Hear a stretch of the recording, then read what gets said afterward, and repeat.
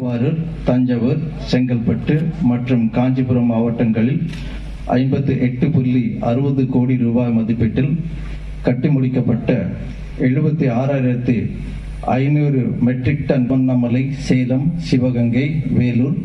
மற்றும் திருவள்ளூர் மற்றும் சிறு துறைமுகங்கள் துறை சார்பில் செங்கல்பட்டு மற்றும் திருவண்ணாமலை மாவட்டங்களில் ரூபாய் 1000